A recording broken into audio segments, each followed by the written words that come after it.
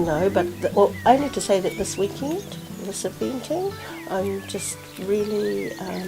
impressed with the commitment of the Para Kore team, impressed with the people that have gathered. There's a readiness in these people that have gathered to really learn and to be able to do something, and the calibre of resources and support networks that are here that they've been able to, we've been able to visit in just a very short time, 24 hours really, and just to see the enthusiasm.